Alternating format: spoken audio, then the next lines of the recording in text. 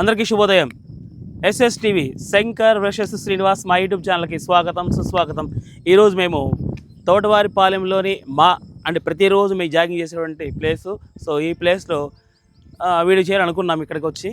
So ఏది ఏమైనప్పటికీ కూడా ప్రతిరోజు జరుగుతున్న మ్యాచెస్ చూస్తూ ఉంటే అంటే ఒక స్టేజ్ నుంచి ఇంకో స్టేజ్కి అంటే ఈ మధ్య నాకు మ్యాచ్లు చూడటం అలవాటు అయిపోయింది. ఎందుకంటే శ్రీనివాస్ చెప్తూ ఉన్నాడు కాబట్టి మ్యాచ్ చూస్తేనే నాకు కంటెంట్ తెలిసింది. వాళ్ళు ఎలా ఆడారు ఏంటని తెలుసుకోవాలి కదా నేను కూడా. అందుకని అవకాశం ఉన్నంతవరకు మ్యాచ్ చూస్తూనే ఉన్నాను.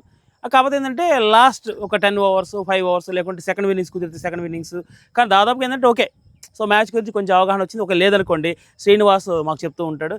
ఏది ఏమైనప్పటికీ కూడా ఈ మధ్య మ్యాచ్లు మాత్రం సూపర్ డూపర్గా ఆడుతూ ఉన్నారు. అనుకోని జట్లు అనూహ్యంగా ఆడటం ముందు చేశారు. దీన్ని బట్టి నాకు అర్థమవుతుంది ఒకటే ఒక ప్రశ్న. శ్రీనివాస్ అంటూ ఉంటాడు కానీ నేను ఎప్పుడు అట్లా పట్టించుకోను, నేను కూడా దాని గురించి అనుకోను. ఎందుకంటే WWF రెజ్లింగ్ జరుగుతుంటుంది, మీకు ఐడియా ఉంటుంది కదా. అంటే ఒక స్క్రిప్ట్ ప్రకారం జరుగుతుంటుంది అనమాట. ఇప్పటిదాకా ఎక్కడో 10వ ప్లేస్లో ఉన్నటువంటి జట్టు నిన్న కొట్టి ఏకంగా 8వ స్థానానికి వచ్చారు.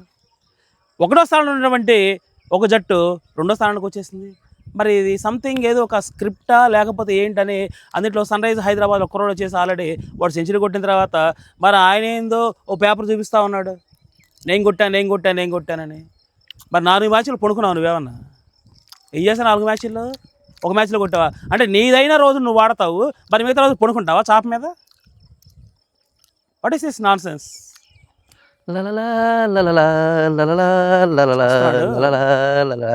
హాయ్ బర్శంకర్, ఏంటి మ్యాన్, ఏంటి ఫ్రస్ట్రేషన్ వద్దు పొద్దున్నే? వద్దు చెప్పేది ఫ్రస్ట్రేషన్ వద్దు, కూల్ అవ్వు. క్రికెట్ అంతే అట్టానే ఉండేది మ్యాన్. నేను క్రికెట్ గురించి తప్పుగా మాట్లాడలేదు. ఇప్పుడు ఫ్రాంచైజీ వాళ్ళు డబ్బులు పెట్టి కొనుక్కున్నారండి. వరుసగా 5 మ్యాచ్లు జరిగినాయి. ఒక మ్యాచ్ గెలిచి 4 మ్యాచ్లు ఓడిపోయారు. 2 మ్యాచ్లు ఒక అతను ఆల్రెడీ సెంచరీ కొట్టిన తర్వాత అతను ఒక వైట్ పేపర్ చూపిస్తూ ఇది కాన్ఫిడెంట్ గా చెప్తున్నాడు. అక్కడ నాకు ఏమనిపించింది అంటే ఇది కొంచెం గిరిటీగా, అంటే కొంచెం జుగుత్సాగరంగా అనిపించింది నాకు. అంటే మన పల్లెటూరు వాళ్ళం కాబట్టి మనకి అటువంటి సహజంగా. ఇప్పుడు నువ్వు అంటుంటావు కదా మారాలి మారాలి మారాలి మారాలి అని, అదే మారాలి మ్యాన్. అదే ఇప్పుడు నేననేది ఒక మాట అర్థం చేసుకో. మనం ఇంకా పల్లెటూరులాగా ఉండకూడదు, మనం కొత్తగా మారాలని చెప్తాగా బాలశంకర్. చెప్పేది అలానే ఉండిద్ది, అదే పాష్ గా ఉండాలి. అందుకని అతను పాష్ విధంలో తను చూశాడు, ఒక నిర్ణయించుకున్నాడు. నేను ఈరోజు ఆడాలి ఆడాలి ఆడాలి అనుకున్నాడు. ఆడాడు, అతనికి కనెక్ట్ అయింది, అతను సెంచరీ చేసుకున్నాడు, అది చూపించుకున్నాడు, ప్రేక్షకులను తన ఆనందాన్ని పంచుకున్నాడు. దాన్ని అంతటితో వదిలేయాలి. మీరు మళ్ళీ ఇంకోటి చెబుతారు, వదిలేయి, ఏ విషయాన్నైనా లాగద్దు వదిలే అంటారు కదా. మీరే అని మళ్ళీ మీరే దాన్ని పట్టుకొని మీరే మళ్ళీ దాన్ని ఇంత పొడుగుని చెప్తే ఎలా బాలశంకర్? చెప్పు ఎలా మ్యాన్? ఈరోజు జరిగింది ఆ రోజు వదిలేయి, రేపటి సంగతి రేపు చూసుకుందాం. ఈరోజు ఆడాడా పొగుడు, రేపు ఫెయిల్ తిట్టు, అంతేగాని ఆడినప్పుడు మాత్రం తిట్టబాక. ఇప్పుడు నేను తిట్టడం లేదు రాజా, నేను అతన్ని ఒక్క మాట కూడా అంటల్లా. నువ్వు ఆడావు, జనానికి ఎంటర్టైన్మెంట్ ఇచ్చావు, సూపర్ డూపర్ సెక్స్ అయ్యావు. అందుట్లో ఒక ఆంధ్ర జట్టుగా లేదు తెలుగు వాళ్ళ జట్టుగా చాలా హ్యాపీగా ఫీల్ అవుతున్నా. సో ఆ విషయం ఎక్కడ రాజీ పట్టలేదు, నేను గర్వంగా ఫీల్ అవుతున్నా. కానీ ఇక్కడ ఏమైందంటే నువ్వు 5 మ్యాచ్లు 4 మ్యాచ్లు ఓడిపోయినప్పుడు ఈ రోజే ప్రత్యేకంగా ఎందుకు ఆడాలనుకున్నావు? అది నేను చెప్పేది. నేను చెప్పేది 4 మ్యాచ్లు ఓడిపోతే మాకు ఎంత ఫ్రస్ట్రేషన్ అండి. బయట చెప్పుకోవాల్సిన కదా. సన్ రైజ్ ఓడిపోతుందంటే చెత్త చెట్ట అనిపించుకోవట్లేదు మేము.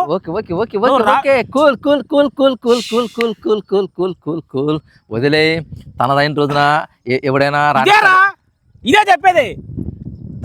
తనదైన రోజున ఎప్పుడా మీ రోజులు ఒక్కడ ఆడేది? వద్దు మ్యాన్ వద్దు. తనదైన రోజున అంటే కాసేరు, తనదైన రోజున ఆడతాడు, మిగతా రోజున పడుకుంటాడు చాపేసుకొని. అది చూసి జనాలు అనుకుంటారు ఈడు ఎంత పెట్టాడు, ఎంత పగొట్టుకున్నాడు అనుకుంటారు. మరి ఎందుకు అవసరమా చెప్పు? కూల్గా ఉండు, కూల్గా తీసుకో. గెలిచిన రోజు సంతోషించు, ఓడిపోయిన రోజు బాధపడు. ఓకేనా? వదిలేయి, రాత్రి మ్యాచ్ వదిలేసేయి. ఇంకా రేపు జరబోయే మ్యాచ్ గురించి మనం మాట్లాడుకుందాం. ఇప్పుడు బాలశంకర్ అద్భుతమైన పెర్ఫార్మెన్స్ ఇప్పుడు ఇస్తాడు. దాన్ని మనం ఎలా చూడాలో చూద్దాం. ఏంటది? ఈరోజు మ్యాచ్ లక్నో సూపర్ జైంట్స్, అంటే మీ ప్రిన్స్ మీద గెలిచాను చూడు రాత్రి. లక్నో సూపర్ జైంట్స్ అనమాట. ఎవరు? Pant captain. Chennai super Kings. అది ఇప్పుడు లక్నోలో జరగబోతుంది మ్యాచ్. ఇప్పుడు బాలశంకర్ ఏ నిర్ణయం తీసుకుంటాడో నేను చూడాలి. ఎందుకంటే చెన్నైని పొగిడా, తిట్టాడు. అవసరం అంటారా నీకు అన్నాడు. లక్నో తీసుకున్నా, తిట్టాడు. ఏరా ఇన్నాళ్ళు పొడుగున్నారా, ఇప్పుడే లేచారా, ఎగురుతున్నారు అని అన్నారు. ఇప్పుడు సచ్చినట్టు ఒక జట్టుని ఎంచుకోవాలి. ఆ ఏ జట్టుని ఎంచుకుంటాడో చూడాలి. ఎలా ఎంచుకుంటానమ్మా? ఆ. ఇప్పుడు టాస్ ఒకటి ఉంటది. ఉండిద్దమ్మా. టాస్ వేసిన తర్వాత ఉండిద్దమ్మా. టాస్ నువ్వు గెలిచినా నేను గెలిచినా నేను ఒక జట్టుని తీసుకుంటాను. తీసుకుంటాం. రెండో జట్టు నీదే కదా. కరెక్ట్. అప్పుడు దాని గురించి చెప్పాలి కదమ్మా. చెప్తాం. చూద్దాం చెప్పకుండా ఎలా ఉంటుంది? చూసుకోండి మిత్రులారా. ఇప్పటి వరకు ఏం చెప్పాడో ఒక్కసారి నెమరు వేసుకొని ఇస్తా, బాలశంకర్కి ఇస్తా టాస్. టాస్ తీయడం కాదు, ఫస్ట్ జట్ల గురించి చెప్పు. అదే లక్నో సూపర్ జైంట్. ఆటగాడు ఎవరున్నారో చెప్పు ముందు. లక్నో సూపర్ జైంట్ మ్యాన్ చెప్తే ఈ పైడికి చెప్పాను కానీ నీకు రాత్రి నిన్న జరిగిన జట్టులోనే చెప్పేశాను. బాలశంకర్ చెప్పాను. Markram, okay, Pant captain, Pooran విధ్వంసం, సునామీ, రాక్షస బ్యాటింగ్. అది బ్యాటింగ్ కదా, రాక్షస రోజున చేయని రోజు రోజున ఎవడైనా తనదైన రోజునే రాణిస్తాడు గాని వీడి రోజుల్లో ఏం రానిరు బాలశంకర్. తనదైన రోజున రాణిస్తారు. తర్వాత Ayush Badoni, David Miller, Abdul Samad, Hemanshu Singh, Shardul Thakur, lord, సుడిగల్లోడు, మామూలు సుడి కాదు, మహాసుడి, ఆకాష్ దీప్, దిగ్వేష్ సింగ్, ఆవేష్ ఖాన్, రవి బిష్ణు. ఇది లక్నో సూపర్ జైంట్స్. ఒక జట్టు అయిపోయింది కదా బాలశంకర్. ఇప్పుడు రెండో జట్టు Chennai super Kings. Super Kings Chennai. Dhoni అన్న, తలా ధోని కెప్టెన్ ధోని. మన ఏం సింపుల్ గా ఎంతో ఏం లేదు బాలశంకర్, 103 ఆల్అౌట్ అయ్యారు అంతే. 103 ఆల్అౌట్ అయితే దాంట్లో బలేవాడివే. ఆ మాత్రం కొట్టాడు సంతోషపడు. ఎందుకంటే స్పిన్ పిచ్ మీద 50 కూడా ఆల్అౌట్ అలా సంతోషపడు. సచిన్ రవీంద్ర, కాన్వే, త్రిపాఠి, విజయ్ శంకర్. ఈ విజయ్ శంకర్ని, రాహుల్ త్రిపాఠిని, మళ్ళీ అశ్విన్ని, రవీంద్ర జడేజాని, దీపక్ చౌహడా. ఎందుకు అన్న మార్చన్నా, మీరు జట్టును మార్చండి. మార్చాం, ఈ జట్టు గెలిచి చూపిస్తాం. ధోని, నూర్ అహ్మద్, ఖలీల్ అహ్మద్. అంతే బాలశంకర్. చెన్నై జట్టు, లక్నో జట్టు. ఇప్పుడు టాస్ వేస్తే ఇప్పుడు నువ్వు ఏ జట్టును తీసుకొని ఏ రకంగా ప్రొడక్షన్ చేసి ఏ రకంగా అలా బూస్టప్ ఇస్తావో అది చూస్తానికి మేమంతా సిద్ధం మిత్రమా, సిద్ధం. ఏదో రెచ్చిపోతున్నాడు పోయిందిరా, అందుకే గొంతు పోకుండా కొంచెం జాగ్రత్త చూసుకోవాలమ్మా. ఎట్లా నువ్వు టాస్ మిత్రమా? టాస్ వేసామంటారా? ఓకేనా? ఓకే సరే, మనోడి అడుగుతున్నాడు కదా, కానివ్వండి టాస్ వేద్దాం. మరి మనోడి సంగతి ఏందో. సరే శ్రీనివాస్ తీసుకో. నేనేయాలా? మరి అంతే కదా, గెలుపుల్లో ఉన్నావు ఇప్పుడేగా. ఒకటేగా రెండు. బొమ్మ నాది.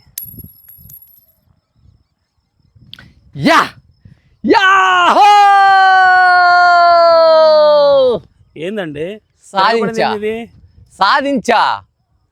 నేనేది కావాలనుకున్నాను అదే జరుగుతుంది. అంతే మన రోజులు, మనకి మంచి రోజులు వచ్చినాయి మిత్రులారా.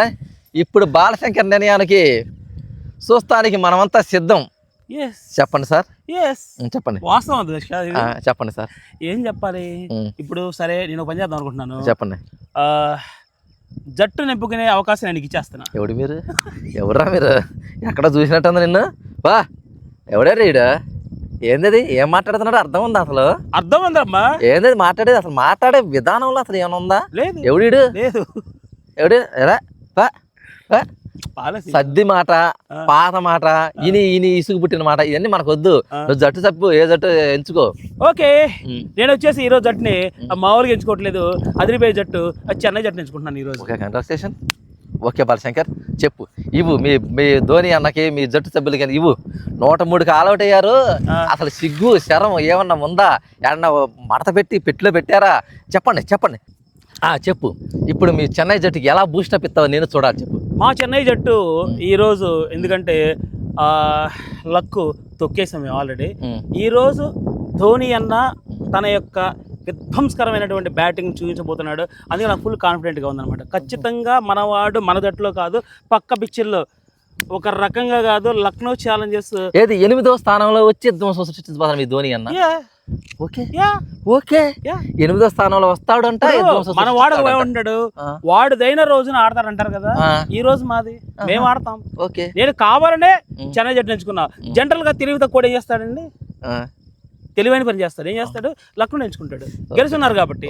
కానీ నేనేం చేస్తున్నాను, తెలివి గల్లోండి కాబట్టి మా జట్టు ఎంచుకున్నా. ఈ చెన్నై జట్టుకి మన యొక్క ఆసరా ఎంతైనా అవసరం. శంకర్ అడుగు పెడితే మరి అంతే. పాపం శ్రీనివాస్ ట్రై చేశాడు, పాపం అమ్మవారి దగ్గర కూడా దండం పెట్టుకున్నాడు చెన్నై జట్టు కావాలని చెప్పి.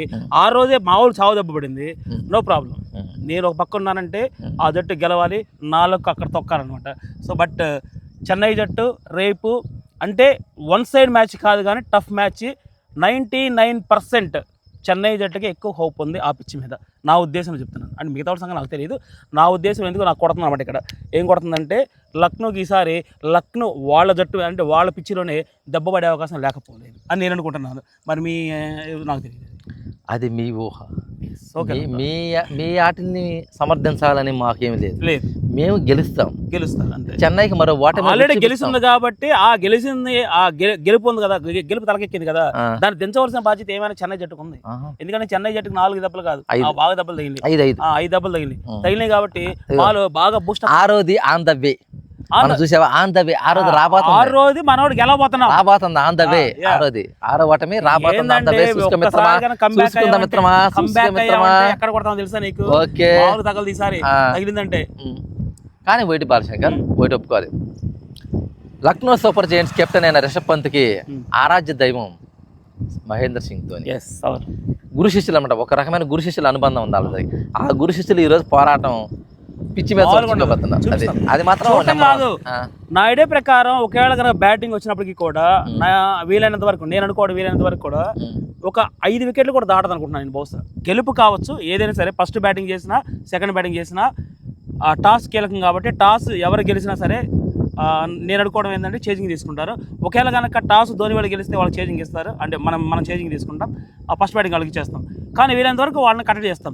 తర్వాత మనకి ఒక 5 వికెట్లు మిగిల్చుకొని మ్యాచ్ కొట్టేస్తామన్న ఉద్దేశం. దానితో ఒక 2 ఓవర్లు 3 ఓవర్లు స్కోరు కూడా మిగిలి కొట్టే అవకాశం లేకపోలేదు సాయంత్రం. అది నీ ఊహాన్ని, దానికి నువ్వు ప్రిడిక్షన్ చేసిందని నేను అసలు తప్పు పట్టినా ఏ కోచ్ అయినా తప్పు అంటున్నాను. ఎందుకంటే చెన్నై జట్టుకి అంత సినిమా లేదు. ఇప్పుడు వాళ్ళు ఎంచుకున్న జట్టు, వాళ్ళు ఆడుతున్న జట్టుకి అంత సినిమా లేదు అనుకుంటున్నాను. అవును నేను అనుకుంటున్నాను. వాళ్ళు ఎరగదీసి కొట్టింది ఇప్పుడు వరకు లేదు, అంత చించుకొని కొట్టింది లేదు, రేపు కొడతారనే ఆశ కూడా నాకు లేదు. అందుకనే వాళ్ళకి నీ మీద ఆ జట్టు కూర్పే నాకు అసలు నచ్చలేదు. ఆ జట్టులో ఉన్న ఆటగాళ్ళు అంతగానే నచ్చలేదు. నాకు నచ్చలేదు కాబట్టి ఆ జట్టు నేను తీసుకున్నా. ఓకే అర్థమైందా? నీకు నచ్చలేదు, ఆ జట్టు నేను తీసుకున్నా. నేను గెలిపించుకున్నా, నా జట్టుని గెలిపించుకుంటా. All the best. బాలశంకర్. మళ్ళీ మనం ఒకవేళ కనుక మళ్ళీ వాళ్ళు కనుక ఓడిపోతే ఇక కర్మకి ఎవరు బాధ్యత కాదు. కానీ ఓడిపోతున్నారు మిత్రమా, 5 సార్లు ఛాంపియన్స్. 5 సార్లు ఛాంపియన్స్. ఒక రకంగా చెప్పాలంటే ఐపీఎల్ టీములే కాదు, ఐపీఎల్ మ్యాచ్ కి వన్ని తీసుకొచ్చినటువంటి మన ధోని సేన రేపు చూడబోతుంది. అనుకో రాజా, నువ్వు అనుకో. గెలిచేది మనము, గెలిచేది చెన్నై జట్టు, ఓడిపోయేది లక్నో ఛాలెంజర్స్. ఎందుకంటే ఆల్రెడీ గెలుస్తున్నారు కాబట్టి వాళ్ళు కొద్దిగా అది దింపవలసి, అంటే 3వ ప్లేస్లో ఉన్నారు. దాన్ని 5కో 6కో కిందకి లాగాల్సిన బాధ్యత మన పైన ఉంది. ఇప్పటివరకే 5 వరుస ఓటంలో ధోని అదే చెన్నై జట్టు చూడలేదు. ఇప్పుడు చూశారు, రేపు 6వ ఓటమి కూడా చూడబోతున్నారు. Okay, no problem. ఓకే, నువ్వు అనుకో, ఏముందంట అనుకోవడం తప్పు కాదు, ఆశపడడం తప్పు కాదు, కళలు కట్టడం తప్పు కాదు, కానీ కథలు చెప్పడమే తప్పు. అబ్దుల్ కలాం గారు చెప్పారు కథలు చెప్పదన్నాడు.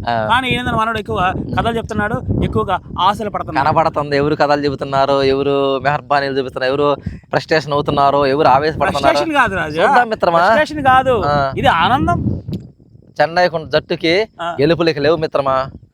ఫస్ట్ అయిపోయింది చెన్నై జట్టు, అయిపోయింది. ఒక భారీ ప్రక్షాళన జరిగితే గానీ చెన్నై మళ్ళీ లేగవదు. ఆ ప్రక్షాళన ఈ సంవత్సరానికి లేదు, రాదు, జరగదు. ఈ సంవత్సరం వరకు ఫసక్ రాసి పెట్టుకోండి. Okay, all the best. ఏమైనా సరే నువ్వే ఈ జట్టులో గెలవాలని మనస్ఫూర్తిగా నేను కోరుకుంటున్నాను. మా వాడి దెబ్బకి మనవాడికి లక్నో వాడికి మామూలు కాదు. సాయంత్రం ఆయన 10 బొమ్మలు పెట్టుకోవాలి దండాలు, 10 బొమ్మలతో దండాలు పెట్టుకోవాలి సాయంత్రం. చూపిస్తాను నీకు, చూపిస్తా నీకు, చూపిస్తారా నీకు, చూపిస్తా. ఓకే ఫ్రెండ్స్, మేమేదో అలా అనుకున్న జట్టులు తీసుకున్నాం కాబట్టి ఎవరు జట్టు తరపున వాళ్ళు మాట్లాడడం, అంతేగాని మేమేదో బెట్టింగ్లు పెట్టుకొని ఇట్లాంటి ఏం చేయటం లేదు. ఊరికనే కాసేపు సరదాగా అలా మాట్లాడుకుంటాం. అతని జట్టు అవుతుంది, నా జట్టు నాది, నా జట్టు నేను పోడుకున్నా, అతని జట్టు అతను పోడుకున్నా. అలాగే మీరు కూడా అట్లాగే లైట్గా తీసుకోండి. క్రికెట్ అనేది ఓన్లీ ఎంటర్టైన్మెంట్ కోసమే జరుగుతుంది. వాళ్ళు మనల్ని ఎంటర్టైన్మెంట్ చేస్తారు. వికెట్లు తీసి అంటే కొంతమంది ఎంటర్టైన్మెంట్ చేస్తారు, 4 6తో కొంతమంది ఎంటర్టైన్మెంట్ చేస్తారు. అలా మనం ఎంటర్టైన్మెంట్ అవుదాం, అంతేగాని ఏ బెట్టింగ్ జోలికి వెళ్ళి మీ ఫ్యామిలీని నాశనం చేసుకోవద్దు, మీ డబ్బును వేస్ట్ చేసుకోవద్దు, మీ ఫ్యామిలీని రోడ్డుని పడేయచ్చు. దయచేసి మా ఈ మనవని అందరూ మనస్ఫూర్తిగా స్వీకరిస్తారని కోరుకుంటూ ఆల్ ది బెస్ట్.